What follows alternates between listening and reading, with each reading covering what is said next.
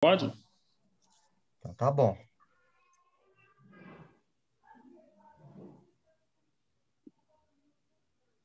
Então vamos lá. Vamos nesse momento mudar um pouco o foco de nossas atenções, tá relaxando nosso veículo físico, respirando fundo, cada um em nossos lares, mais um só pensamento. Vamos elevá-lo, sintonizar os nossos mentores,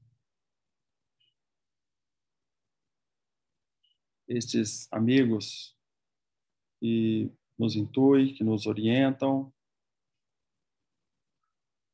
estes nossos benfeitores do Luz e Amor, que nós sabemos que estamos sob a égide deste grupo tão importante, tão relevante, onde nós temos diversos instrutores espirituais, que eles possam estar também nos orientando, nos ajudando a compreender esses estudos, aproveitar cada vez mais. É com este pensamento elevado que buscamos agora a nossa reunião, a presença do nosso Mestre amado Jesus, dizendo: "Se conosco, Senhor". Te buscamos em pensamento, mas sabemos que está junto de nós, aqui, com este amor infindável, com esta egrégora que nos envolve a todos. E assim agradecemos por mais esta oportunidade de estarmos aqui reunidos, iniciando esse trabalho, ao nosso Pai, ao nosso Criador, pela oportunidade que nos dá nessas tardes de domingo, e agora mais uma tarde, onde teremos uma explanação de um desses grandes mestres, esses apóstolos abnegados que traduziram as palavras do Mestre para que elas ficassem em nossas mentes, revivendo sempre esses ensinamentos. Então é com buscando estas forças, essas energias, estes seres ascensionados, e Judas, que possa também, esse apóstolo importante, estar aí nos orientando, estar nos iluminando, intuindo, inspirando, para que possamos, nessa nossa trajetória de experiência, de aprendizado, esta oportunidade bendita, possa, mais uma vez, se fazer presente para que nós possamos entender, colocar em prática, e sermos também, quem sabe, um apóstolo do bem com este aprendizado, nessa nossa jornada, nesta nossa humanidade tão necessitada, que nós possamos fazer a nossa parte. É com este pensamento elevado do fundo de nossos corações, com todos esses nossos companheiros que já estão aqui e aqueles que ainda vão chegar, é que nós abrimos esta reunião de estudo desta tarde. Que assim seja. Obrigado, Senhor. Que assim seja. Obrigado, Carlos. Bom, pessoal, então, mais um domingo, estamos juntos, né? Conforme o Carlos mesmo disse. Hoje o nosso estudo vai ser dos apóstolos, o estudo aí que está antecedendo o estudo do livro Atos dos Apóstolos. E hoje o Ramon veio trazer para a gente o apóstolo Judas Iscariote. Pelo que a gente estava conversando, provavelmente esse estudo vai ser em 2 oportunidades, então o Ramon vai iniciar o estudo hoje. Ramon, obrigado, tá, pelo estudo, e tá com a palavra. Obrigado, Hernani. Obrigado, pessoal. Então, vamos lá. Como esse é um estudo bem extenso, eu não vou acelerar para tentar caber, não, sabe? Se precisar, a gente faz 2 reuniões. Que é um personagem muito polêmico, tem muita coisa sobre ele, e aí a gente aproveita bastante. Tem muitas lições também, né? E se a gente acelerar, a gente perde tantas coisas lindas que tem para a gente aprender, tá? Eu vou começar com uma música E aí eu vou colocar essa música no começo e no final do estudo também, porque acho que ouvir ela depois do estudo tem um sabor diferente, que a gente entende algumas minúcias da letra, assim, a gente se conecta mais. Essa música, ela foi composta pelo Aloysio Elias. Vocês lembram do Aloysio Elias? Que fez o estudo pra gente aqui no NEP. Ele que faz o Humildinho. Vocês lembram dele? Lembro. Então, o Aloysio, ele além de ser um estudioso do Evangelho, ele é um artista também. Escritor. Ele é uma pessoa com muitas capacidades, né? E aí ele fez essa música, chama Um de Nós. É uma prece de Judas. E foi interessante quando a gente foi fazer o estudo sobre esse apóstolo, lá no outro grupo que nós participamos, eu chamei ele para ele tocar para a gente. Eu falei, você não pode entrar lá, porque o outro estudo é 9 horas da manhã, né? Você entra lá, toca e sai, né? Aí ele falou assim, Ramon, eu vou te falar um negócio, eu te juro que é verdade. Eu não sei mais tocar. Ele falou assim, eu fiz a música, eu gravei ela no estúdio e depois eu não sei mais, eu não tenho a menor ideia como é que faz. Só para vocês terem uma ideia. Então, é uma música assim, muito, muito inspirada, acho que vocês vão gostar. Vamos ouvir ela juntos aqui, para a gente entrar no... Deixa eu só... Eu esqueci de marcar aqui uma coisa. Aí eu vou colocar aqui a letra, então, para a gente ir lendo, tá bom? Vamos lá.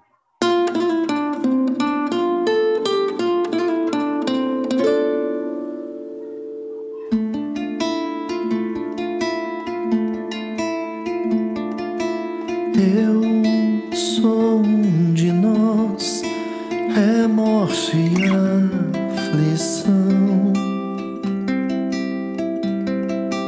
um canto sem voz, silêncio em confissão.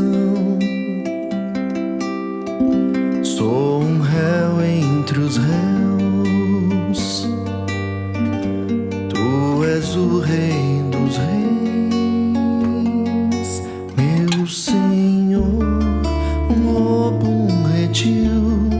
E o pecado traidor,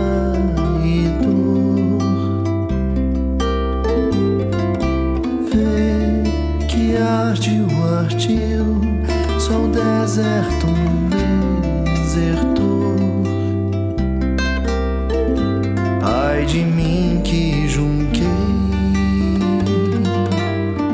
o joio condenado.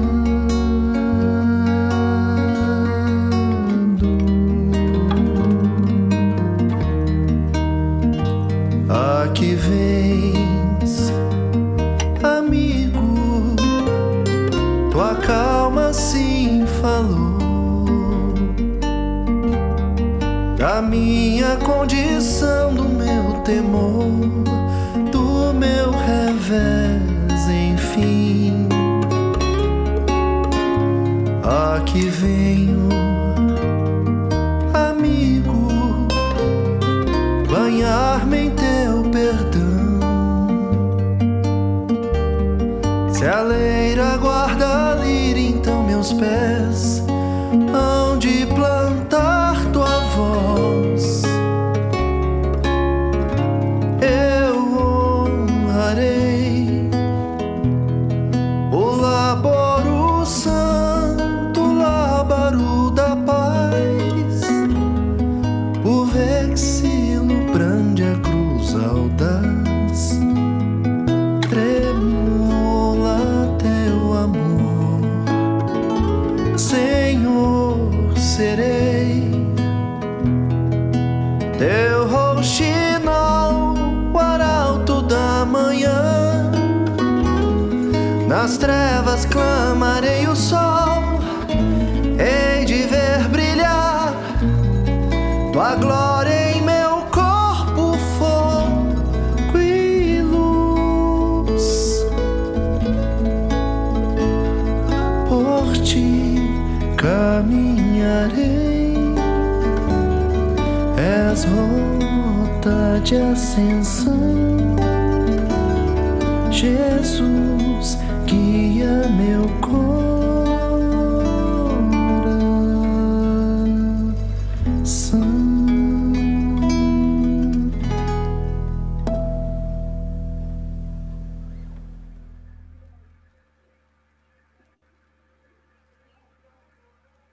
Gostaram? É a voz da própria Luísa, não sei se vocês notaram, né? Nós vamos começar nosso estudo, então.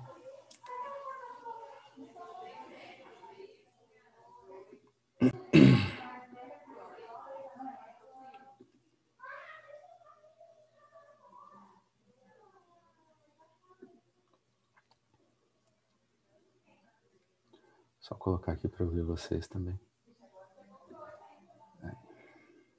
Pronto. Bom, então, ele nasceu, né, e onde vivia, né?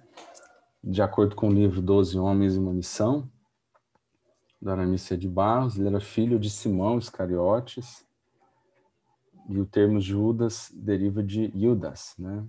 A forma grega para Judá, nome reverenciado entre os hebreus, por pertencer originalmente ao quarto filho do patriarca Jacó, com sua esposa Leia, conforme Gênesis 29:35. O hebraico Yehudá, depois a Lúcia pode me corrigir aí na pronúncia se eu falei errado, significa, conforme a narrativa do Gênesis, louvor ou louvado. E dele procederam posteriormente os termos judeu e Judéia, esse último designando a província palestina sob o jugo romano. E segundo o célebre autor patrístico, a expressão hebraica Iskeriot, né, seria a tradução da expressão homem de Keriot, né, em uma alusão ao indivíduo oriundo de Keriot Esron, um obscuro lugarejo da Judéia, localizado ao sul de Hebron, identificado com a antiga localidade de Hazor de Josué. É a única menção ao lugar em toda a Bíblia. E ele é o único entre os 12 apóstolos que veio da província da Judéia, né? Num contraste em relação aos demais, que eram todos galileus.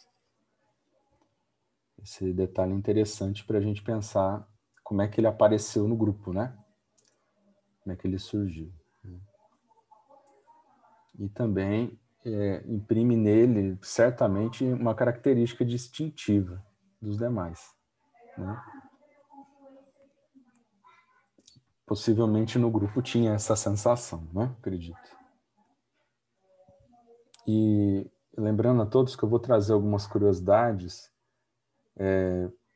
não que eu concorde ou discorde, o objetivo não é esse, e também como eu não tenho autoridade alguma para dizer o que é verdade e o que é mentira, então eu trago aqui apenas para efeito de curiosidade, né, histórica, para a gente saber o que foi falado a respeito, né? Mas, por exemplo, eu utilizei como base aquele livro que eu comentei do Frei Jacir, né? Ele fez um livro sobre os evangelhos apócrifos, né? O livro chama Apócrifos Aberrantes, Complementares e Cristianismos Alternativos, né? Poder e Heresias, chama o livro. E tem um capítulo lá só sobre o Judas, né? E aí fala que ele era casado e ele tinha uma mulher de índole má, né? Não sei se é verdade, se é mentira, isso, né? Que ao invés de Judas repassar o dinheiro dos pobres que ele coletava, ele roubava a bolsa, né? E passava esse montante para sua mulher. E que ela se alegrava com essa atitude dele, né? E dizem que essa mulher dele era tão perversa, né, que foi ela que sugeriu ao Judas entregar Jesus aos judeus em troca de dinheiro, tá? Eu acho que por todo o contexto bíblico que a gente estuda não faz muito sentido esses detalhes, mas está aí para curiosidade, né? E o texto liga a ação da mulher de Judas com Adão, né?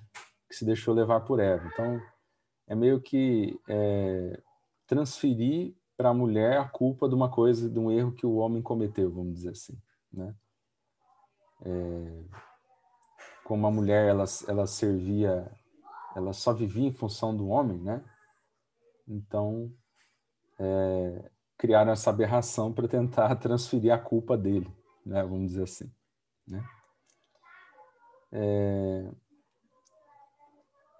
E conta que, olha, para vocês terem ideia do tamanho da viagem, né? A outra parte fala que Judas entregou Jesus, ele recebeu 30 pesos de prata, né? E tinha um filho de José de Arimateia que tinha 7 meses e que estava sendo amamentado pela esposa do Judas. E aí, depois que ele entregou Jesus, ele não quis amamentar mais. Olha a situação do que foi colocado nesse evangelho, né? E aí, diz que então o menino falou para José de Arimateia que ele não queria mais ficar com essa mulher, que era uma fera selvagem, né? Então, só para vocês terem uma ideia. Mas é isso que está aí nesse evangelho, tá? E o parentesco com outros discípulos não tem referência alguma que fala isso, tá? E da profissão, aí a gente vai encontrar lá no livro Boa Nova, no texto Os Discípulos, né? Uma passagem lá que diz, né? Somente um deles, Judas, destoava um pouco desse concerto, pois nasceram em Iscariote e se consagraram ao pequeno comércio em Cafarnaum, onde vendia peixes e quinquilharias. Levi continuava nos seus trabalhos da coletoria local, enquanto Judas prosseguia nos seus pequenos negócios, embora se reunissem diariamente aos demais companheiros. Então, essa questão da profissão dele, eu acho que é algo um pouquinho mais forte que a gente pode concluir, né? Que a gente vai encontrar isso na historicidade bíblica e vai encontrar também na obra do Chico, essas referências a essa profissão. Tá? E aí vamos falar um pouco das características pessoais dele, né? E aí vou ter que ler bastante texto aqui da obra do Chico para a gente ir identificando isso. Tá? Mas no mesmo texto lá, Os Discípulos, que está no livro Boa Nova, aí está dito assim, ó, foi quando Judas Iscariotes, como que despertando antes de todos os companheiros daquelas profundas emoções de encantamento, se adiantou para o Messias, declarando em termos respeitosos e resolutos: Senhor, os vossos planos são justos e preciosos. Entretanto, é razoável considerarmos que nada poderemos edificar sem a contribuição de algum dinheiro. Jesus contemplou serenamente e redarguiu: Será que Deus precisou das riquezas precárias para construir as belezas do mundo? Bem forte essa resposta em forma de pergunta, né? Bem forte. Para a gente, dá para refletir uma encarnação inteira sobre essa resposta de Jesus para ele, né? Mas aí Jesus continua: Em mãos que saibam dominá-lo, o dinheiro é um instrumento útil, mas nunca será tudo, porque acima dos tesouros perecíveis está o amor com os seus infinitos recursos. É algo para a gente pensar muito, né? Essa questão, principalmente no mundo que a gente vive hoje, que a gente acaba seguindo bastante o mamon, né? Em meio à surpresa geral, Jesus, depois de uma pausa, continuou: No entanto, Judas, embora eu não tenha qualquer moeda do mundo, não posso desprezar o primeiro alvitre dos que contribuirão comigo para a edificação do reino de meu Pai no espírito das criaturas. Põe em prática a tua lembrança, mas tem cuidado com a tentação das posses materiais. Organiza a tua bolsa de cooperação e guarda contigo. Nunca, porém, procures o que ultrapassa o necessário. Ali mesmo, pretextando a necessidade de incentivar os movimentos iniciais de grande causa, o filho de Iscariotes fez a primeira coleta entre os discípulos. Todas as possibilidades eram mínimas, mas alguns pobres denários foram recolhidos com interesse. O mestre observava a execução daquela primeira providência com um sorriso cheio de apreensões, enquanto Judas guardava cuidadosamente o fruto modesto de sua lembrança material. Acho interessante essas posturas de Jesus, né? Sorriso cheio de apreensões, né? A gente nota a capacidade de leitura dele, né? Do que está se passando na realidade, né? Às vezes numa realidade que o próprio Judas não tinha consciência, né? Em seguida, apresentando a Jesus a bolsa minúscula, que se perdia nas dobras de sua túnica, exclamou satisfeito: Senhor, a bolsa é pequenina, mas constitui o primeiro passo para que se possa realizar alguma coisa. Jesus fitou-o serenamente e retrucou em tom profético: Sim, Judas, a bolsa é pequenina. Contudo, permita a Deus que nunca sucumbas ao seu peso. Então, a gente vê que essa foi o primeiro ponto assim, dessas bibliografias que a gente tem acesso, que mostra essa característica da personalidade dele, essa dificuldade com o dinheiro, né? E depois, no mesmo livro Boa Nova, a gente tem um outro texto que chama A Ilusão do Discípulo, e esse texto é dedicado a Judas mesmo, né? E aí nós vamos ler aqui também, porque tem um resumo assim de como as coisas foram acontecendo, né? Então Jesus havia chegado a Jerusalém sob uma chuva de flores. De tarde, após a consagração popular, caminhava Tiago e Judas, lado a lado, por uma estrada antiga, marginada de oliveiras, que conduzia às casinhas alegres de Betânia. Judas Iscariote deixava transparecer no semblante íntima inquietação, enquanto no olhar sereno do filho de Zebedeu fulgurava a luz suave e branda que consola o coração das almas crentes, né? Quando eu li isso aqui, eu fiquei refletindo muito, porque é assim que a gente se sente, quando a gente está com a consciência pesada, quando a gente está fazendo alguma coisa que a nossa consciência está, vamos dizer assim, reprovando, né? E também quando a gente está sob influências espirituais negativas. Uma coisa puxa a outra, né? Então, eu imagino que aqui nesse momento o Judas já estava bem conectado também com esses planos das trevas para prejudicar Jesus, né? Essas sensações que eles demonstram aqui no texto mostram isso, né?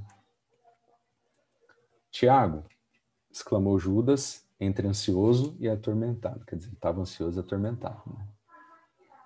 Não achas que o mestre é demasiado simples e bom para quebrar o jugo tirânico que pesa sobre Israel, abolindo a escravidão que oprime o povo eleito de Deus? Então, você vê, ele estava, além da questão do dinheiro, ele tinha questão também da visão do poder, né? Aquela visão na verdade, igual a todos os israelitas, né?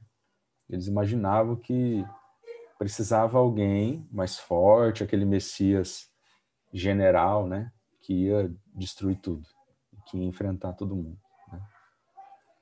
E então ele faz essa pergunta demonstrando aí os seus pensamentos para o Tiago, né? Mas, replicou o interpelado, poderias admitir no mestre as disposições destruidoras de um guerreiro do mundo?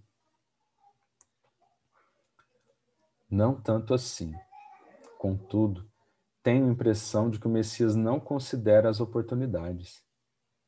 Ainda hoje, tive a atenção reclamada por doutores da lei que me fizeram sentir a inutilidade das pregações evangélicas, sempre levadas a efeito entre as pessoas mais ignorantes e desclassificadas. Ora, as reivindicações do nosso povo exigem um condutor enérgico e altivo. Então, 2 pontos aqui, né? O primeiro é que ele já não via sentido nas pregações evangélicas. Demonstra o nível de desconexão mesmo, já não estava mais conectado com o trabalho de Jesus para enxergar assim. Na verdade, não é que ele enxergou, né? os doutores da lei fizeram ele sentir isso. E as palavras dos doutores da lei falaram muito alto no coração dele, né? Quando diz assim, ó, doutores da lei me fizeram sentir a inutilidade das pregações evangélicas, né? Então, e aí termina falando, né, que precisaria ter um condutor enérgico e altivo, né? E eu fico pensando, o que não é você ter essa visão diante de Jesus convivendo com você, né? Porque o poder magnético, poder moralizador, tudo, tenta imaginar Jesus, o que era estar diante dele, o que ele transmitia para a gente, né? E a pessoa não conseguir ver, né? Então é realmente complicado, né? Israel retrucou o filho de Zebedeu de olhar sereno. Sempre teve orientadores revolucionários. O Messias, porém, vem efetuar a verdadeira revolução, edificando o seu reino sobre os corações e nas almas. O Tiago parece que estava mais perto, né, do que Jesus veio passar. Judas sorriu, algo irônico, e acrescentou: mas poderemos esperar renovações sem conseguirmos o interesse e a atenção dos homens poderosos? E aí o Tiago responde, né? E quem haverá mais poderoso ao que Deus, de quem o mestre enviado divino? Em face dessa invocação, Judas mordeu os lábios, mas prosseguiu. Não concordo com os princípios de inação e creio que o Evangelho somente poderá vencer com o amparo dos prepostos de César ou das autoridades administrativas de Jerusalém que nos governam o destino. Eu queria só fazer um comentário aqui. A gente vê hoje, principalmente com essas discussões políticas que a gente está vivendo, a gente tem uma armadilha muito grande. É tanto aquela armadilha de quem se coloca alheio, e a gente não pode perder nossa responsabilidade de cidadãos, né? Mas, por outro lado, o pessoal, e me coloco, tenho refletido muito sobre isso, tem caído no outro extremo, né? De achar que tem que se posicionar, mas aí deixa de lado todos os preceitos de caridade e de moralidade que o Cristo ensinou, né? De não ter o fanatismo, de respeitar e ter o respeito mesmo, a tolerância às opiniões dos outros. E a gente, principalmente no meio espírita, tem derrapado muito nisso, né? A gente acaba criando inimizades entre nós mesmos, porque um tem um pensamento, o outro tem outro, né? Em termos de política, mas isso vale para outros assuntos também, né? Mas no caso aqui, tem bastante a ver com o que a gente está vivendo no momento, não só do vírus, mas nos problemas políticos do nosso país. E a gente se entrega a esses sentimentos destruidores do fanatismo, do ódio, porque alguém não pensa como a gente, ou porque alguém discordou, porque alguém nos insultou, porque não concorda com a gente. E aí, em nome desse posicionar-se, a gente perde a harmonia pessoal, né? Tenho refletido muito sobre isso. Eu acredito que seja um convite sofístico que está rolando por aí. E quando a gente tem que alcançar o caminho do meio, que é o da lucidez e o da caridade, tá? Acompanhando o mestre nas suas pregações em Cesareia, em Sebaste, em Corazim e Betsaida, quando das suas ausências de Cafarnaum, jamais o vi interessado em conquistar a atenção dos homens mais altamente colocados na vida. É certo que de seus lábios divinos sempre brotaram a verdade e o amor, por toda parte, mas só observei leprosos e cegos, pobres e ignorantes, abeirando-se de nossa fonte. Se alguém quiser comentar alguma coisa, pode me interromper, tá bom, pessoal? Fiquem bastante à vontade.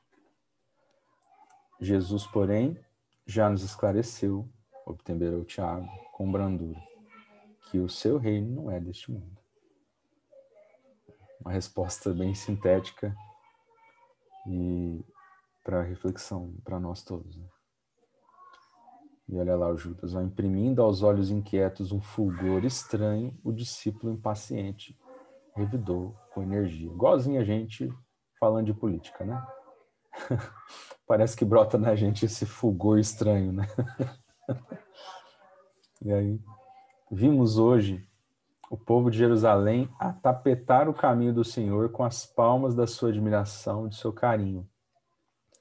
Precisamos, todavia, impor. Interessante essa palavra, hein? Que o Judas usou. Impor a figura do Messias às autoridades da corte provincial e do templo, de modo a aproveitarmos esse surto de simpatia. Então a gente vê já o Judas demonstrando também esse caráter revolucionário, né? Notei que Jesus recebia as homenagens populares sem partilhar do entusiasmo febril de quantos o cercavam. Razão porque necessitamos multiplicar esforços em lugar dele, a fim de que a nossa posição de superioridade seja conhecida em tempo oportuno. Então ele também estava pensando que ele seria um dos chefes, vamos falar assim. Então a gente vê os caracteres aí do revolucionário e também da pessoa bastante ambiciosa por poder, né? Aí o Tiago responde: recordo-me, entretanto, de que o mestre nos asseverou certa vez que o maior na comunidade será sempre aquele que se fizer o menor de todos. Não podemos levar em conta essas exceções de teoria. Aí, gente, veja, a gente também fala isso aqui, não fala? Na nossa vida, no dia a dia? A gente fica falando, não, mas na vida real não dá para fazer tudo isso, não. Tudo que está ensinado no Evangelho, não dá não, a gente não consegue viver se fosse assim, não. Né? Essa foi a resposta do Judas aqui, ó. Não podemos levar em conta esses excessos de teoria. Interpelado que vou ser hoje por amigos influentes na política de Jerusalém, farei o possível por estabelecer acordos com os altos funcionários e homens de importância, a fim de imprimirmos novo movimento às ideias do Messias. Aí o Tiago. Judas, observou-lhe o irmão de apostolado com doce veemência. Vê lá o que fazes. Socorre-te dos poderes transitórios do mundo, sem um motivo que justifique esse recurso. Não será desrespeito à autoridade de Jesus? Não terá o mestre visão bastante para sondar e reconhecer os corações? O hábito dos sacerdotes e a toga dos dignatários romanos são roupagens para a terra. As ideias do mestre são do céu, e seria sacrilégio misturarmos a sua pureza com as organizações viciadas do mundo. Além de tudo, não podemos ser mais sábios, nem mais amorosos do que Jesus, e ele sabe o melhor caminho e a melhor oportunidade para a conversão dos homens. As conquistas do mundo são cheias de ciladas para o espírito, e entre elas é possível que nos transformemos em órgão de escândalo para a verdade que o mestre representa. Alguém quer falar alguma coisa? Alguém abriu o microfone, eu só não consegui ver quem que é.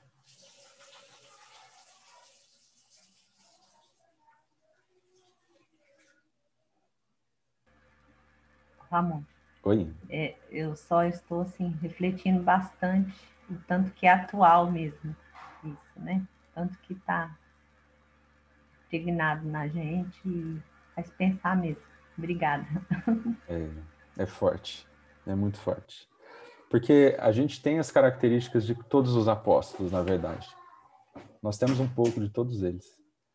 E talvez essa seja a parte do Judas que nos toca bastante, tem nos tocado nos dias de hoje, né? Que faz a gente ter uma uma certa pusilanimidade, a falta daquele vigor que vamos precisar para nos transformarmos, eu acho que está explicado nessa passagem, né? Porque a gente se recusa a entender que isso que parece ser o certo é a ilusão que a gente está entregue, né? E muitas vezes também quando a gente mostra acreditar, mostra essa fé, né, assim, a gente é tido como muito fantasioso, né? Pessoas falam que a gente não tem os pés no chão, tem tudo isso. Então, muitas vezes a gente prefere, assim, parecer omisso, né? Também tem esse lado. Né? É isso mesmo. Bacana, Ju. Ramon, oi, pode falar, Victor.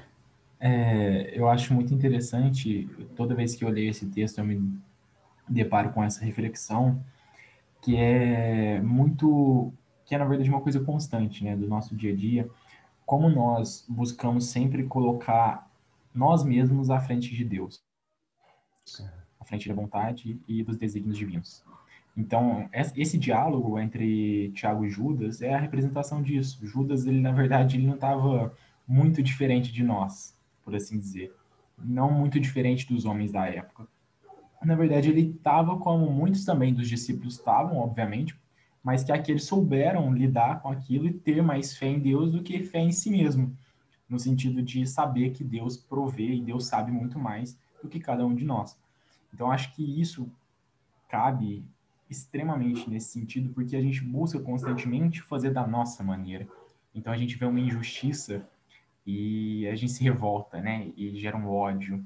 Porque a injustiça é normal, obviamente a gente tem que se indignar com o que está errado, mas o que a gente vai fazer com a indignação, que é o que a gente tem que refletir. Se a gente vai ter esperança que aquilo vai melhorar, ou se a gente vai ter ódio contra a situação.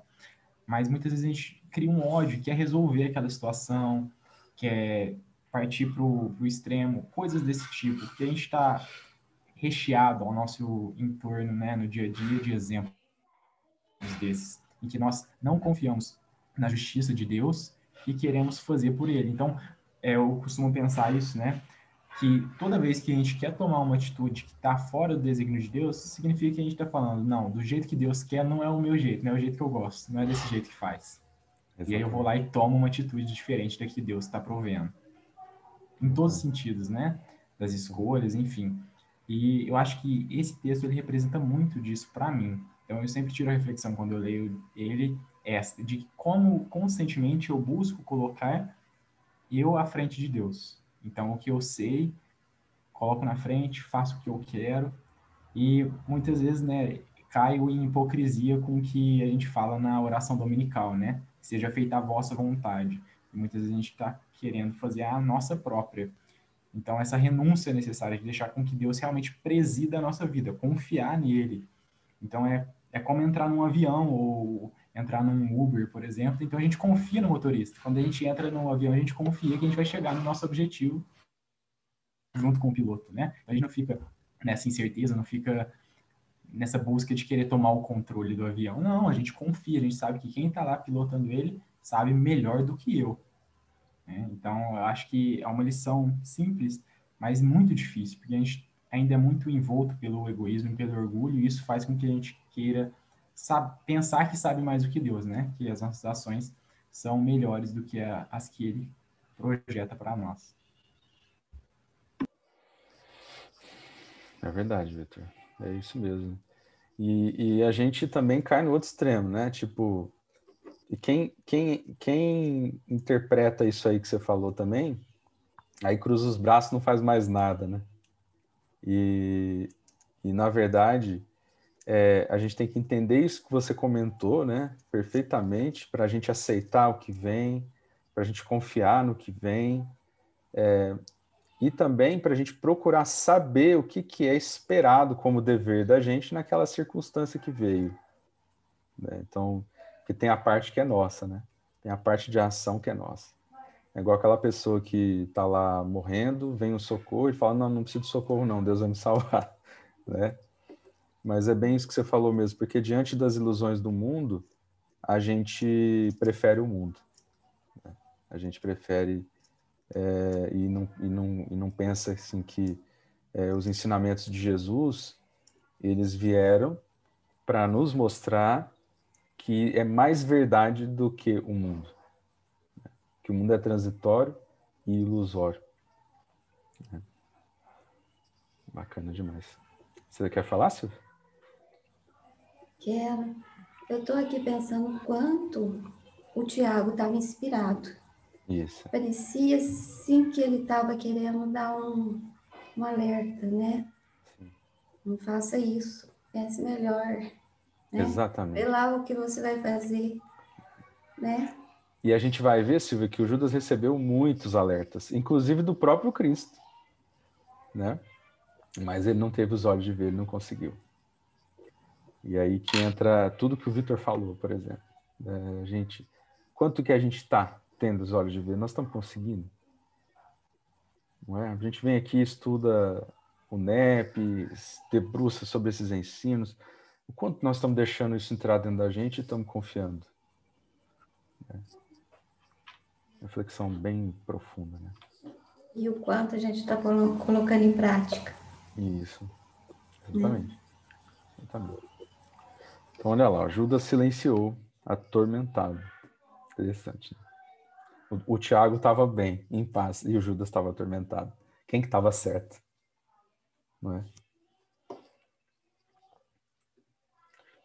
No firmamento, os derradeiros raios de sol batiam as nuvens distantes, enquanto os 2 discípulos tomavam rumos diferentes. Sem embargo, das carinhosas exortações de Tiago, Judas Iscariote passou a noite tomado de angustiosas inquietações. Até queria comentar um detalhe. Você falou, o Vitor, um de nós. Você percebeu que você usou esse termo? Um de nós? É o título da música, né? E tem uma parte lá que ele fala, eu sou um de nós. Tinha percebido. Você falou isso, a sua fala explicou por que chama um de nós a música. Eu achei muito legal, estava esquecendo de falar isso, eu percebi na hora que você falou. Então vamos lá, o Judas ficou a noite toda angustiado e inquieto. Não seria melhor apressar o triunfo mundano do cristianismo? Israel não esperava um Messias que enfeixasse nas mãos todos os poderes? Valente-se da doutrina do Mestre, poderia tomar para si as rédeas do movimento renovador, enquanto Jesus, na sua bondade e simplicidade, ficaria entre todos como um símbolo vivo da ideia nova. Ele queria assumir a liderança sobre Jesus, né? Ele queria mandar em Jesus, né? Falar assim, Jesus, você fica aí falando as coisas bonitas e eu vou fazer. Eu que vou liderar daqui para frente. Recordando suas primeiras conversações com as autoridades do Sinédrio, meditava na execução de seus sombrios desígnios. A madrugada o encontrou decidido, na embriaguez de seus sonhos ilusórios. Entregaria o mestre aos homens do poder em troca de sua nomeação oficial para dirigir a atividade dos companheiros. Teria autoridade e privilégios políticos. Satisfaria as suas ambições, aparentemente justas, a fim de organizar a vitória cristã no seio do seu povo. Depois de atingir o alto cargo com que contava, libertaria a Jesus e lhe dirigiria os dons espirituais. Olha, interessante, lhe dirigiria os dons espirituais, de modo a utilizá-los para a conversão de seus amigos, protetores, prestigiosos. Ele chegou a essa ousadia de achar que Jesus seria uma marionete dele, fazer o que ele quisesse, né? Muito forte isso. O mestre, a seu ver, era demasiadamente humilde e generoso para vencer sozinho, por entre a maldade e a violência. Ao desabrochar a alvorada, o discípulo imprevidente demandou o centro da cidade e, após horas, era recebido pelo Sinédrio, onde lhe foram hipotecadas as mais relevantes promessas. Apesar de satisfeito com a sua mesquinha gratificação e desvairado no seu espírito ambicioso, Judas amava o Messias e esperava ansiosamente o instante do triunfo, para lhe dar a alegria da vitória cristã através das manobras políticas do mundo. Essa frase também é interessante, porque ele não estava ali também com falsidade somente. Ele amava Jesus. Ele sentia esse afeto, essa ligação com ele, esse respeito, né? E ele só estava achando que o caminho teria que ser diferente, né?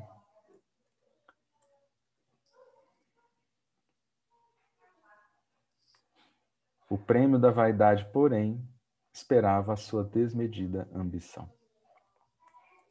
Humilhado e escarnecido, seu mestre bem-amado foi conduzido à cruz da ignomínia, sob vilipêndios e flagelações. Daqueles lábios que haviam ensinado a verdade e o bem, a simplicidade e o amor, não chegou a escapar-se uma queixa. Martirizado na sua estrada de angústias, o Messias só teve o máximo de perdão para seus algozes. Observando os acontecimentos que lhe contrariavam as mais íntimas suposições, Judas Iscariote se dirigiu a Caifás, reclamando o cumprimento de suas promessas. Os sacerdotes, porém, ouvindo-lhe as palavras tardias, sorriram com sarcasmo. Debalde recorreu às suas prestigiosas relances de amizade. Teve de reconhecer a falibilidade das promessas humanas. Atormentado e aflito, buscou os companheiros de fé. Encontrou os vencidos e humilhados. Pareceu-lhe, porém, descobrir em cada olhar a mesma exprobração silenciosa e dolorida.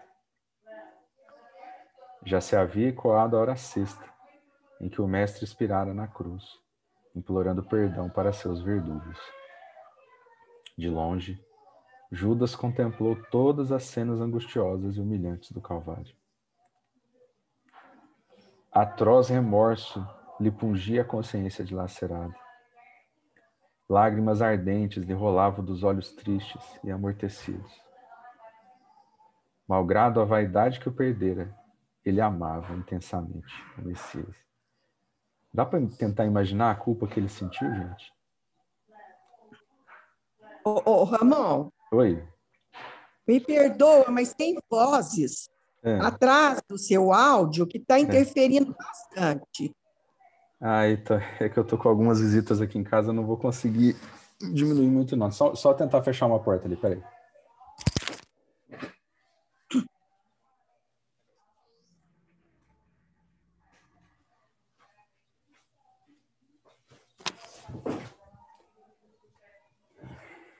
A minha irmã tá aqui. E a minha filhadinha. Então vamos lá. Ramon, Oi. outra possibilidade também era o pensamento de que Judas tivesse pensado da seguinte forma: se por acaso eles prenderem o mestre vai ser obrigado a demonstrar todo o seu poder. Nesse momento de demonstração do seu poder, os grandes, os sinédrios, os sacerdotes vão reconhecê-lo como Messias. E é nesse momento que o cristianismo, né, que no caso, a autoridade do Cristo vai preponderar sobre eles. Mas quando o mestre se mostrou todo meigo, todo humilde, e ele percebeu qual era o verdadeiro sentido da vinda do mestre, né, foi onde ele prostrou, né, por esse arrependimento aí que a gente conhece. É verdade. Acredito que os pensamentos dele ficaram recheados de possibilidades, né? Para ele atender o que ele sentia de carinho, de amor pelo mestre, mas ao mesmo tempo atender às suas vaidades, né? Estava em primeiro plano, né, as vaidades. Você vê que ele estava iludido por elas. Porque se ele tivesse preocupado com as outras coisas, de verdade, acho que ele iria consultar Jesus. Mas com certeza ele pensou isso. Acredito que se eu estivesse lá no lugar dele, eu tinha pensado a mesma coisa. Eu também. Ramon, Oi. e ele pensava também que Jesus ia superar tudo isso aí. Exato. Que Jesus tinha poderes para romper com toda essa armação. Ele nunca pensou que Jesus fosse se deixar sacrificar dessa forma. Isso não passava pela cabeça dele. Com certeza não, né, Ana? Com certeza.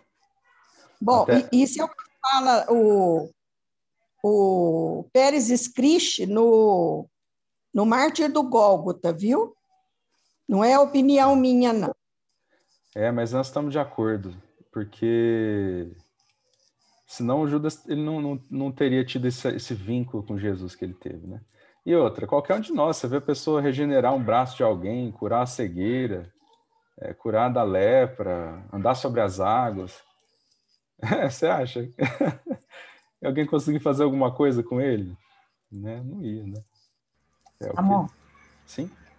Mas trazendo para o lado bastante humano e psicológico, eu acho que a gente vê isso acontecer muito nas situações em que, entre aspas, eu falo assim, as pessoas ou a gente, às vezes quer brincar de ser Deus, né? A gente quer, assim, às vezes não saber esperar o tempo certo para as coisas, né? Agir com ansiedade e, às vezes, até, assim, um amor possessivo, né? De querer, às vezes, resolver as coisas.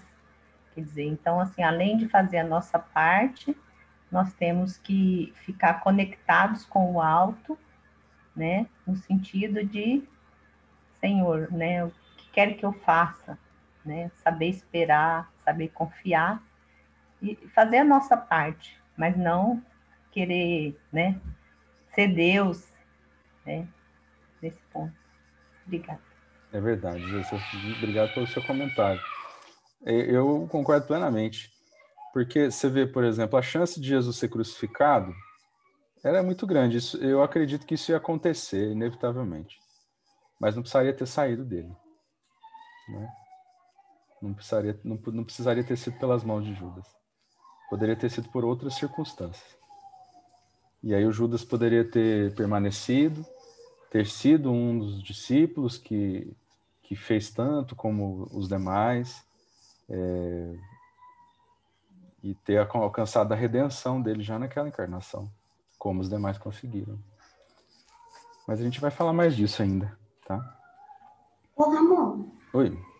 Posso fazer uma perguntinha que eu não consigo entender? Eu não consigo entender o beijo, né? O beijo de Judas. Qual a necessidade do beijo, uma vez que Jesus era conhecido?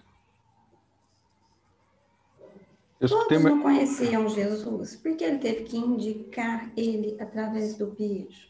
Eu escutei uma explicação, vou tentar repetir para você, pode ser que eu erre em alguma coisa, mas naquela época não tinha lâmpada igual a gente, e estava de noite já. E eles tinham o costume de andar, de estar nesses locais, mas sob a luz do luar.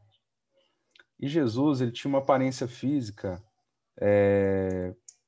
bem comum, assim. Claro, se a gente chegasse perto do mestre, a gente ia ver que ele não era um homem comum. Mas ele era um nazareno, então ele vestia-se como nazareno, tinha o cabelo do nazareno, etc. Então ele tinha combinado com os soldados para que eles não se confundissem de dar esse beijo no rosto, entendeu? Foi o que eu ouvi uma vez na palestra, achei interessante, estou repetindo para você. Agora, deve ter outras análises que você pode fazer simbolicamente dessa passagem. Tá? Mas eu achei bem interessante essa visão. Imagina você chegar num lugar, só a luz do luar que está iluminando aquele lugar, né? Aí você vê ali algumas pessoas, você tem que identificar quem que é. Entendeu? A gente poderia pensar também que eles poderiam prender Jesus na luz do dia também, né? Isso foi comentado também na palestra que eu vi, de que eles não poderiam fazer isso porque poderia ter muita gente. Jesus estava sempre com muita gente em volta dele. E aí os soldados iam ter muita dificuldade para conseguir. Então, por isso eles esperaram anoitecer, que é a hora que estaria só Jesus e os discípulos, ele estaria mais vulnerável. E a gente vê até no The Chosen, a gente percebe isso. De dia, a hora que Jesus estava ali, era aquela multidão, né? Os soldados se viam doidos, porque eles não conseguiam controlar aquilo. Entendeu? Ô, tio Ramon. Diga, tio Tonho. Você estava falando aí que poderia ser outro, mas parece que até a traição foi profetizada, né? É verdade. Eu não cheguei a estudar sobre isso não, Tonho, mas sim. Havia a Porque profecia. quando Cheguei sim, está mencionado aqui no estudo, sim, agora que eu estou lembrando. Quando os profetas, acho que Isaías lá, escrevia, falou de traição, né? Sim, você tem razão. É isso mesmo. Mas isso não quer dizer que seria um determinismo, né? Judas não precisava ter cumprido, né? Ele não precisava ter... Se não tivesse feito, seria melhor, né? Seria melhor, talvez para ele, né? Talvez fosse inevitável. O ideal, não desejável, mas talvez fosse inevitável que Jesus fosse martirizado, de alguma forma. Mas... eu penso, Ramon, esse negócio de profecia, que assim, seria o contexto da situação. Não quer dizer que tinha que ser ele, né? Porque, igual você falou, não teria lógica isso. Então, se não fosse, seria outro, no sentido, às vezes, até um desses lá, doutores da lei, ou uma outra situação que levasse a essa traição na situação, entendeu? Né? Eu penso. Isso, esses dias eu também ouvi uma explicação interessante dizendo assim que as profecias, elas são dadas para não serem cumpridas, na verdade, né? Elas são alertas para que a gente preste atenção e não deixe aquilo acontecer. E, no caso, aqui aconteceu, né? Como muitas outras.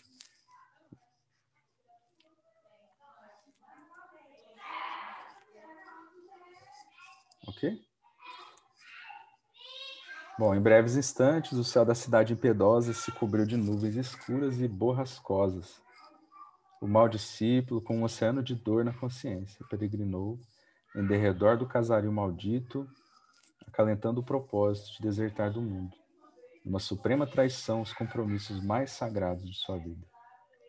Vê que a maior traição dele não foi nem o que ele fez para Jesus, foi a hora que ele se suicidou. Antes, porém, de executar seus planos tenebrosos junto à figueira sinistra, ouvia a voz amargurada do seu tremendo remorso. Relâmpagos terríveis rasgavam o firmamento. Trovões cavernosos pareciam lançar sobre a terra criminosa a maldição do céu, vilipendiado e esquecido. Mas sobre todas as vozes confusas da natureza, o discípulo infeliz escutava a voz do Mestre, consoladora e inesquecível, penetrando-lhe os refolhos mais íntimos da alma. Eu sou o caminho, a verdade e a vida. Ninguém pode ir ao Pai senão por mim. À frente da multidão de sofredores e desalentados, relacionou o Mestre as bem-aventuranças, destacando com ênfase a declaração de que os mansos herdariam a terra. Foi então que Judas, rompendo o véu de respeito que aureolava a presença do Mestre, inquiriu loucaço: Senhor, por que atribuíste aos mansos a posse final da terra? Os corações acovardados gozarão de semelhante bênção? Os incapazes de testemunhar a fé nos momentos graves de luta e sacrifício serão igualmente bem-aventurados? Interessante ele achar isso, né? Que ele era um capaz de testemunhar a fé. E os outros não. Interessante. Senhor, aduziu Judas mostrando os olhos esfogueados, e quando o homem que nos ofende se reveste de autoridade respeitável... é que eu mudei aqui, vocês desculpam. Eu mudei de texto aqui, nem percebi. Perdão. Agora é um outro texto. Aquele lá já terminou. A ilusão do discípulo, tá? É que eu fiquei tão ligado aqui na história, né? E aí, continuando então. E quando o homem que nos ofende se reveste de autoridade respeitável, qual a de um príncipe ou de um sacerdote, com todas as aparências do ordenador consciente e normal? Olha a resposta de Jesus. A serpente pode ocultar-se num ramo de flores, e há vermes que se habituam nos frutos de bela apresentação. O homem de elevada categoria que se revele violento e cruel é enfermo, ainda assim. Compadece-te dele, porque dorme num pesadelo de escuras ilusões, do qual será constrangido a despertar um dia. Ampara-o, como puderes, e marcha em teu caminho, agindo na felicidade comum. No curso, esse texto está no Jesus no Lar, tá? Chama Revolucionário Sincero. No curso das elucidações domésticas, Judas conversava, entusiástico, sobre as anomalias na governança do povo, e exaltado dizia das probabilidades de revolução em Jerusalém, quando o Senhor comentou muito calmo. Vamos ver essa parábola que Jesus contou. Um rei antigo era considerado cruel pelo povo de sua pátria, a tal ponto que o principal dos profetas do reino foi convidado a chefiar uma rebelião de grande alcance, que o arrancasse do trono. O profeta não acreditou de início nas denúncias populares, mas a multidão insistia. O rei era duro de coração, era mau senhor, perseguia, usurpava e flagelava os vassalos em todas as direções. Clamava-se desabridamente. Isso aqui é Jesus contando para Judas, tá? Foi assim que o condutor de boa-fé se inflamou, igualmente, e aceitou a ideia de uma revolução por único remédio natural, e por isso articulou-a em silêncio, com algumas centenas de companheiros decididos e corajosos. Na véspera do acometimento, contudo, como possuía segura confiança em Deus, subiu ao topo do monte e rogou a assistência divina, com tamanho fervor que um anjo das alturas lhe foi enviado para a confabulação de espírito a espírito.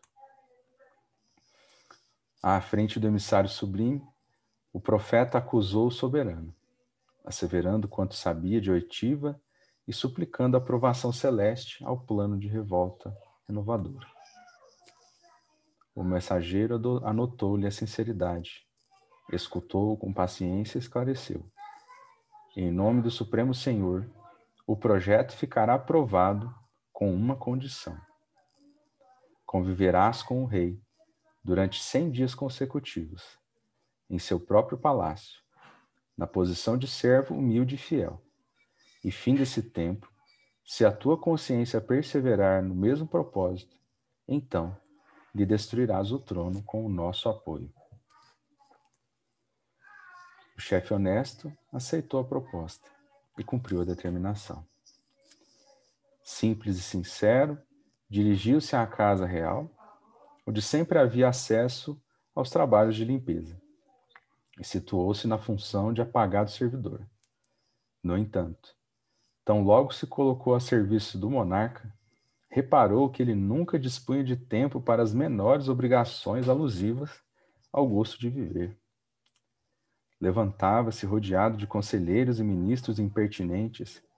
Era atormentado por centenas de reclamações de hora em hora. Na qualidade de pai, era privado da ternura dos filhos. Na condição de esposo, vivia distante da companheira.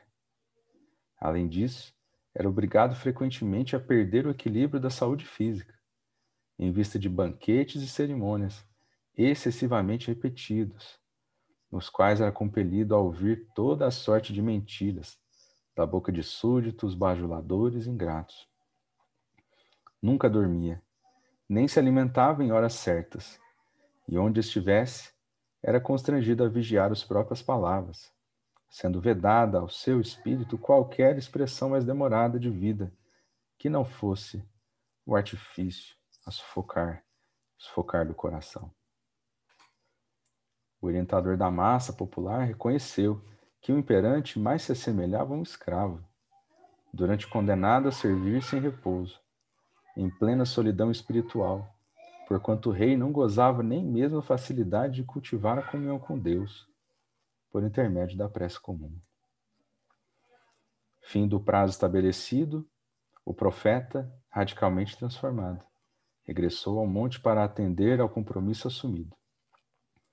E notando que o anjo lhe aparecia no curso das orações, implorou-lhe misericórdia para o rei, de quem ele agora se compadecia sinceramente.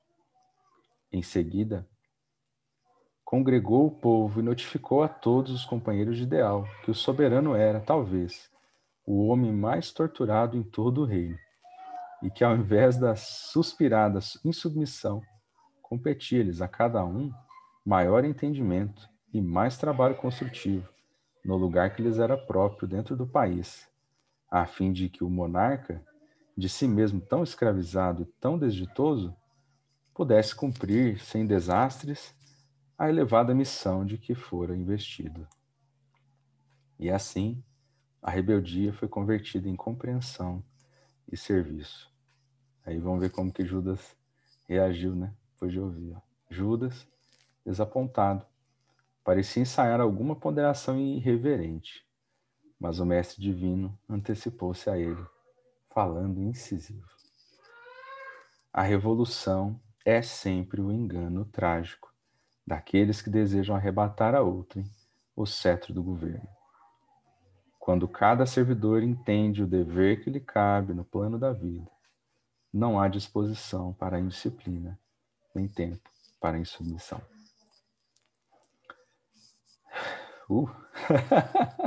Alguém quer falar alguma coisa?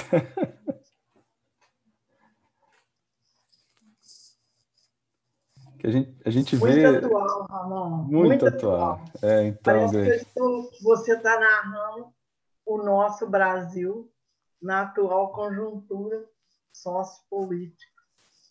Então, é muito interessante nós revermos esses textos mesmo para avaliar o nosso sentimento em relação aos acontecimentos e, com esse conhecimento do Evangelho, acalmar os nossos corações, sem rebeldia e sem desprezo pelo que Deus poderá agir na hora certa, com maiores condições para todas as resoluções. Elas serão claríssimas. Então, é uma época muito boa para testar a fé, para testar o conhecimento espírita também. Porque quem não tem esse conhecimento sólido no espírito, começa a tomar partido e fazendo as conveniências como os valores que Judas tinha sobre poder. Sobre poder, cargos, mandos e, vamos dizer assim, autoridade transitória. Tudo é transitório em termos de poder. De posse, né? Poder, posse, tudo é transitório. Então, onde você está colocando a sua fé? Nessa transitoriedade ou para a eternidade? Que ela é inabalável. Né? Por isso que o Cristo fala, eu venci o mundo. Ramon. É isso mesmo. Oi, Carlinhos. Tem uma passagem aí que não sei se ela é verídica ou não sei se no seu estudo você conseguiu vê-la também, ou talvez você vai até comentar. Mas é como está passando a hora aí desse momento, né? E nesse momento aí que ele resolve tirar a vida de tanta angústia, aconteceu um momento um pouquinho antes, que foi assim. O Pedro estava sofrendo muito por causa da negação dele 3 vezes. E ele estava muito aturdido, muito assim, como fala? Muito preocupado com essa situação, muito arrependido e sofrendo demais com esse arrependimento, com essa culpa, com tudo isso que até depois ele lembrou que o mestre, que enquanto alguém ia negar-se ele, foi justamente ele, que é aquele que é mais, né?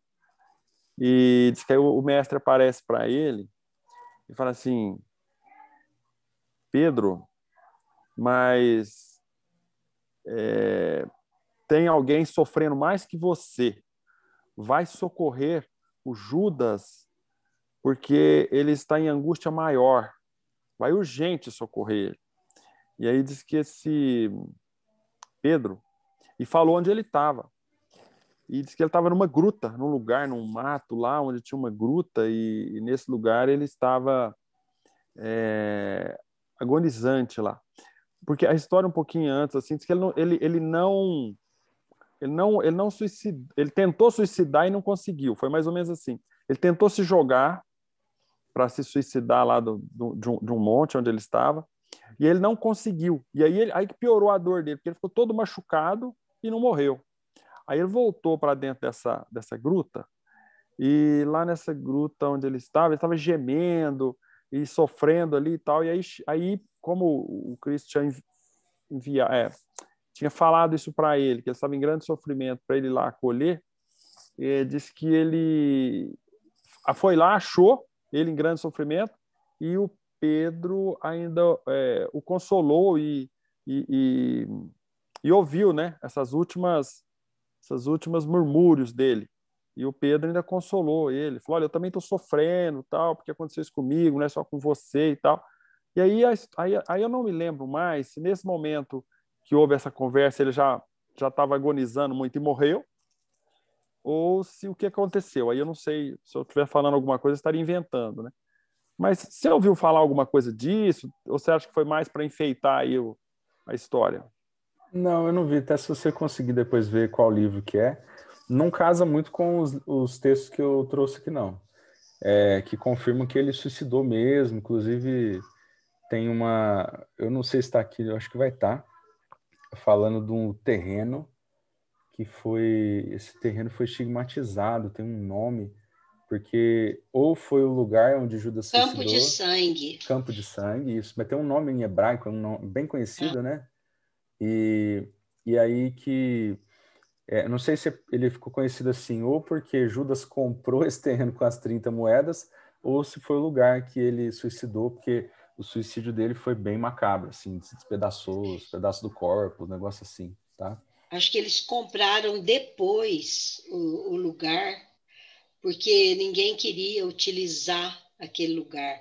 Eu acho que é do Emmanuel. Eu vou ver aqui a foto e te passo. Legal, ótimo. Aí, se você puder, Carlinhos, passar para a gente dar uma olhada depois o nome desse livro que você viu, tá? O que a gente foi numa tem... palestra. Foi uma palestra que eu ouvi, viu, Ramon? Tá. O orador falando isso. Entendi. O que a gente tem aqui, na verdade, foi Jesus pedindo para o anjo Caridade, nós vamos ver isso, e lá socorreu o espírito de Judas, tá? E Ramon. Oi, Marleninha. Desculpa eu te atrapalhar. Não, Tudo não, bem? sem pressa. Tudo bem você. Você chegou a ler o Barrabás, do Herculano Pires? Não.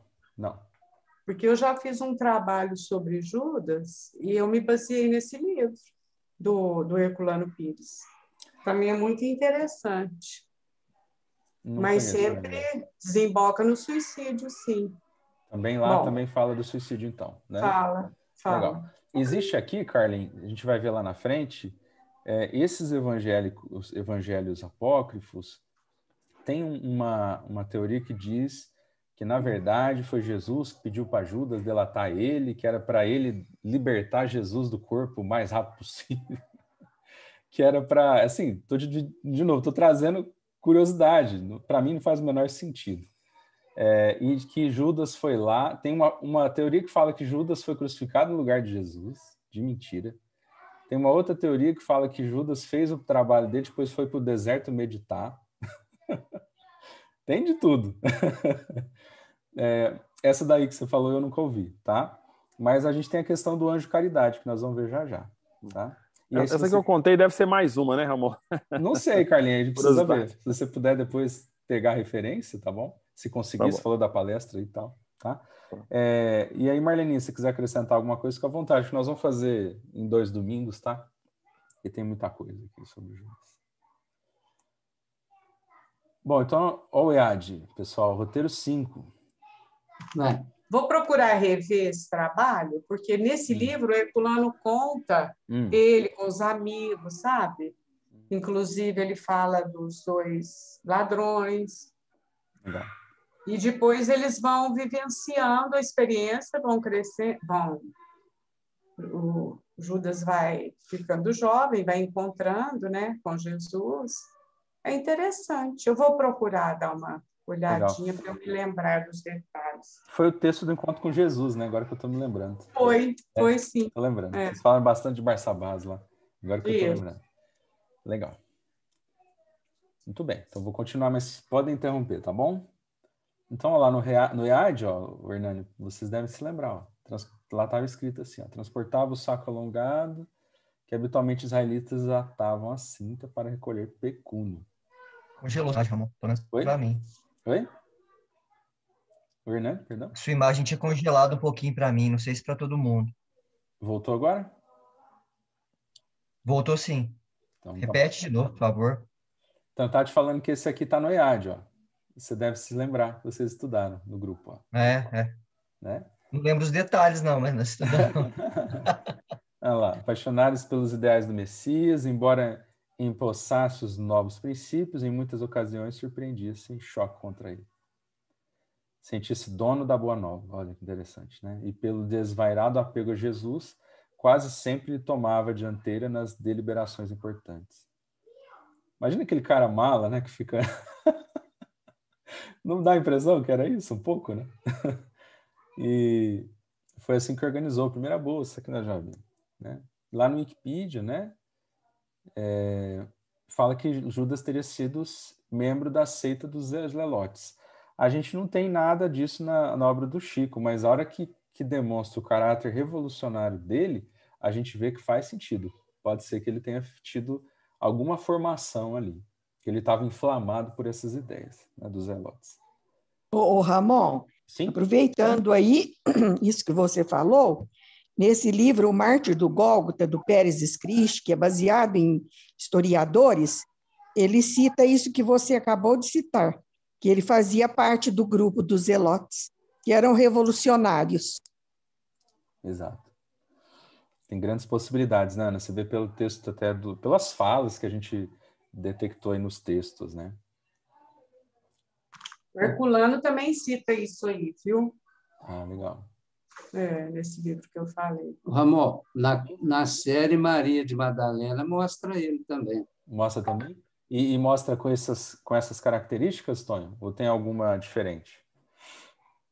Não, é mais ou menos. Na série mostra ele um homem muito sofrido na infância, com a experiência materna, sabe? Sim. Então, ele vai carregando, vamos dizer assim, esses traumas, né? É muito forte isso. E mostra ele corrupto também, né, Marlene? Porque lembra aquele episódio que ele ganhava os legumes, as verduras de uma banca ali da feira, não é? Que tinha aquelas feiras, e a dona, ou o dono do negócio, dava de graça para eles, para o pessoal, para os discípulos, né? E ele fazia de conta que estava na folha de pagamento. E como ele tomava conta das finanças, ele tirava para ele o dinheiro, certo? E não dava as verduras, como se fosse de graça. Lá na série eu vi, mostra bem isso aí. Agora a gente não sabe se é apenas uma licença poética ou se é verdade, mas mostra essa face corrupta dele aí. É legal isso que a Marleninha trouxe, porque a gente começa a ver talvez as raízes dessa fragilidade dele. Claro que estão no espírito sempre, né? Mas essa contribuição toda da história que ele teve, né, desde criança.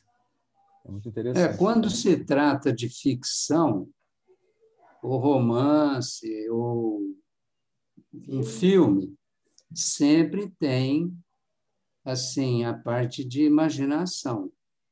Isso aí a própria escritora, a chama Margarete, esqueci o sobrenome.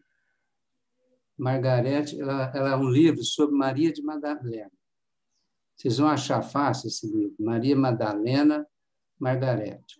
Ela mesma fala e mostra os pontos que ela inventou. Que legal. Ela fala, ó, tem muita controvérsia, são coisas assim, igual você também achou sobre Judas, muita coisa contrária uma da outra, e que, às vezes, para dar um toque, né? Para não ficar um documento histórico, o autor entra com a ficção. Com a arte, né? Ele entra com a arte. E nessa Então, série... precisa saber fazer a leitura. Né? É verdade. E aproveitar aquilo Essa que série realmente eles nos fazem ensina, né? Nos ajuda a melhorar, né? Pode continuar, Ramon. Não, você ia falar, desculpa eu. Não, é que na série eles fazem uma salada mesmo, muita licença poética. Ele era adotado, Judas, ele era adotado por um membro do Sinédrio, ele tinha casos com prostitutas. Então, assim, faz uma salada mista, né? Mas é tudo para fixar a personalidade dele, né?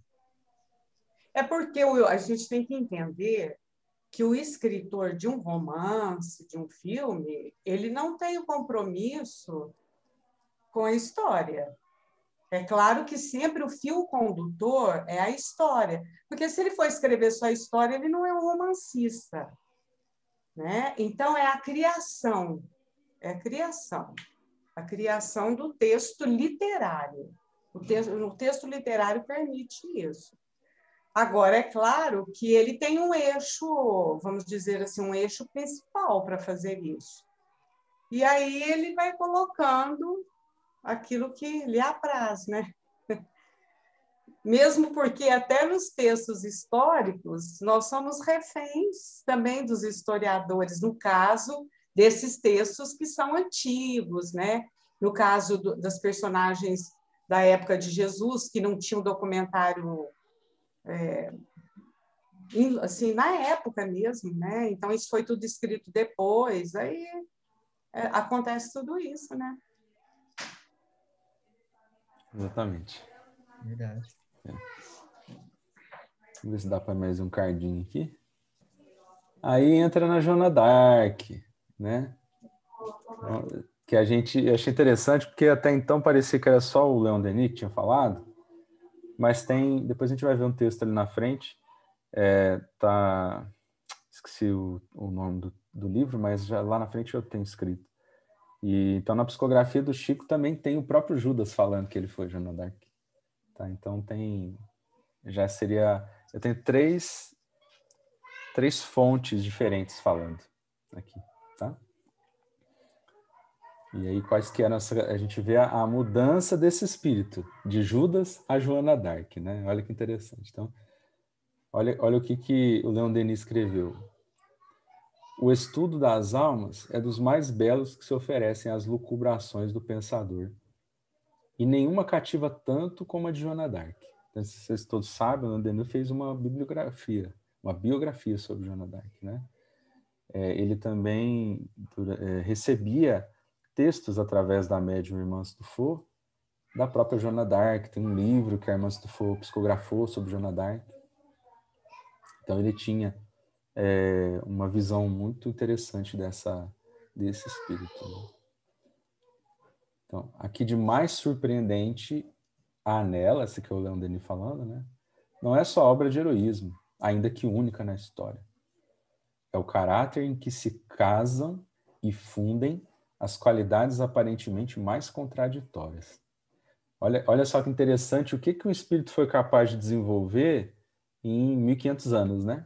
Olha, ele tem a força e a brandura, a energia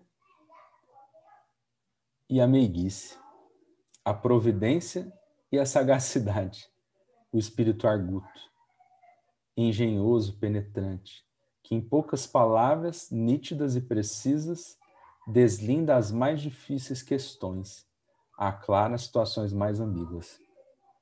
É muito interessante isso, né? Porque a gente sai de um espírito frágil, que falha profundamente, e chega no espírito com tudo isso muito bem burilado, né? Numa criança, 16 anos, 15 anos. Mulher libertar a França de uma guerra. É impressionante, é lindo demais, né? E Ramon, mais uma vez, né? Lá no Luz e Amor, eu não sei que reunião que foi. Não sei também como foi o contexto, enfim. Eu estava falando de Joana d'Arc, né? Dos valores dela. Aí tinha um professor de história assistindo. Aí ele falou assim para mim, Marlene, mas não se esqueça de que essa mulher matou muito, viu? Comandou guerras. Então, menos. Ele achou que eu estava enaltecendo muito. E aquilo me tocou muito, sabe? Eu pensei, ele não está errado. A visão de um historiador, né? Ele É verdade. É verdade. Mas eu li o livro do Leon Denis e li o livro dela também, que não sei se é verdade ou não, a irmã do Foucault psicografou lá e tal. E me dá a impressão, Marleninha, que ela foi lá, liderou a guerra, mas ela mesma não pedia para fazer as mortes, sabe?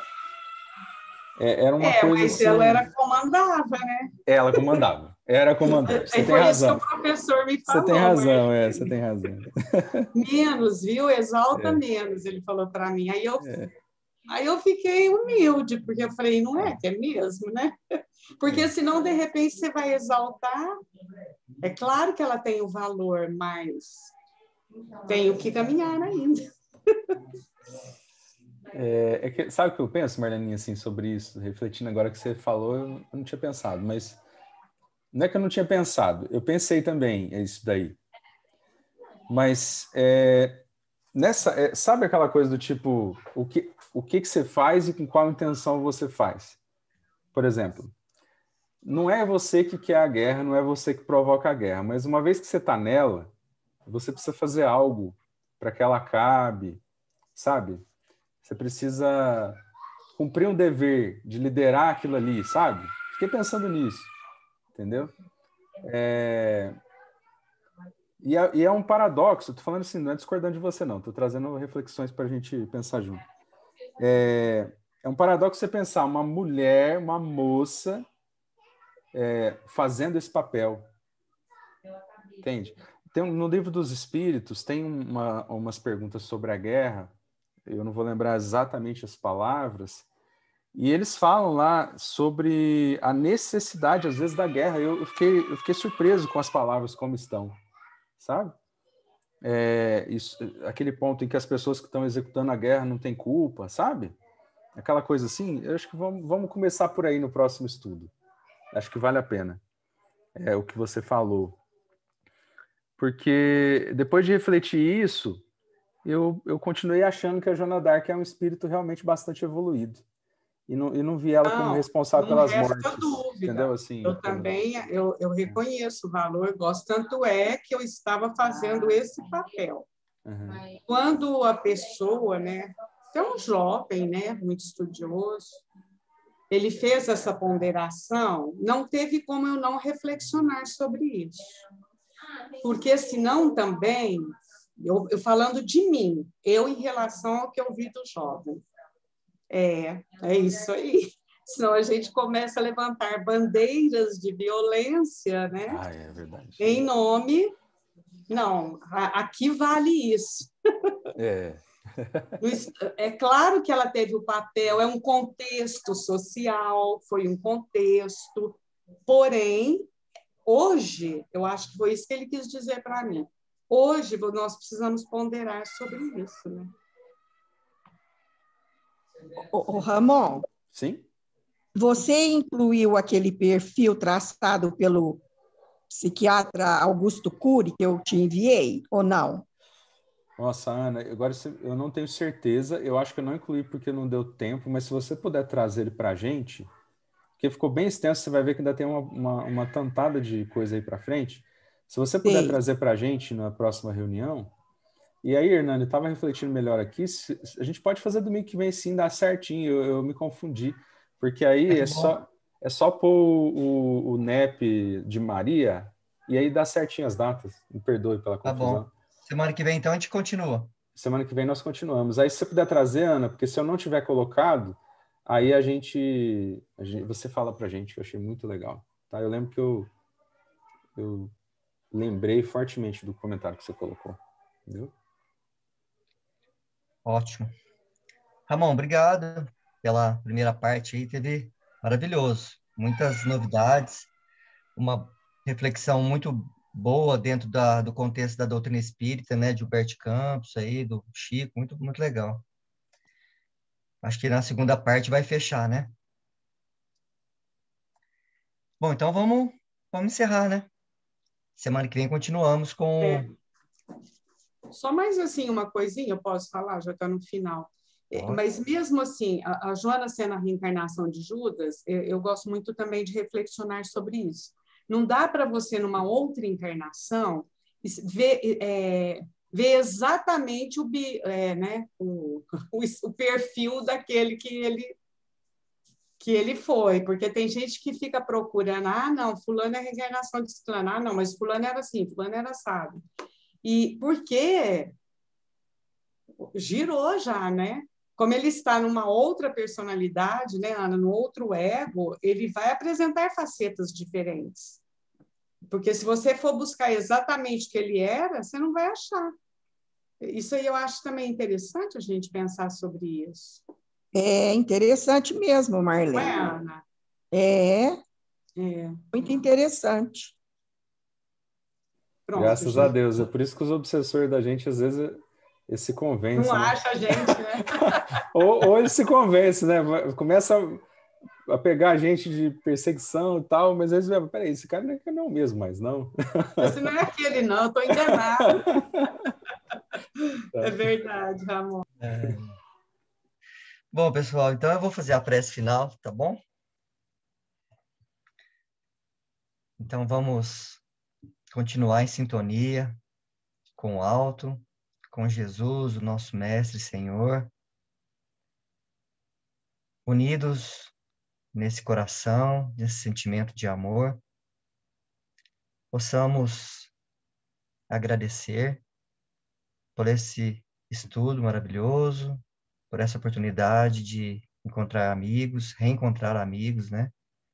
Que possamos, com esses estudos, agregar na nossa moral, na nossa vivência, para que a nossa atitude seja uma atitude mais positiva, uma atitude de amor, de caridade. Possamos repensar nossas diferenças, nossos atos de violência, tanto nos atos físicos quanto atos mentais, pois, como vemos, o Mestre sempre nos direcionou o amor. E o amor é a nossa meta a ser seguida. Que essa luz resplandeça na nossa semana, nos nossos lares, nos nossos trabalhos, em todos os ambientes em que vamos estar. Se conosco, Senhor, hoje, agora e sempre, que assim seja.